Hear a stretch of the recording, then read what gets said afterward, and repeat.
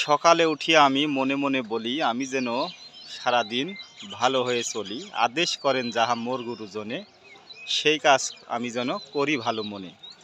আসলে ভিউয়ার্স, এখনকার ছেলে মেয়ে এই বাক্য আর পড়ে না, এই বাক্য নিয়ে আর চলে না।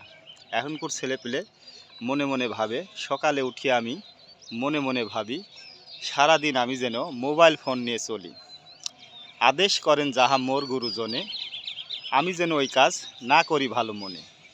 আসলে আগের দিনের যে বাক্য আর আগের দিনের যে শাসন, আগের দিনের যে মায়ার বাঁধন, এগুলো কিন্তু এখনকার ছেলে মেয়ে আর কেয়ার করে না। কেন করে না? তার কারণ হচ্ছে আমরা ম্যাক্সিমাম তো শাসনের বাইরে চলার কারণে আমাদের জীবনযাত্রা মানে উন্নত হচ্ছে, কিন্তু অবনতির দিকে যাচ্ছে এবং খারাপের দিকে যাচ্ছে। সেই কারণে আমরা আগের দিনগুলোকে ফিরে আর না পাওয়ার কারণ।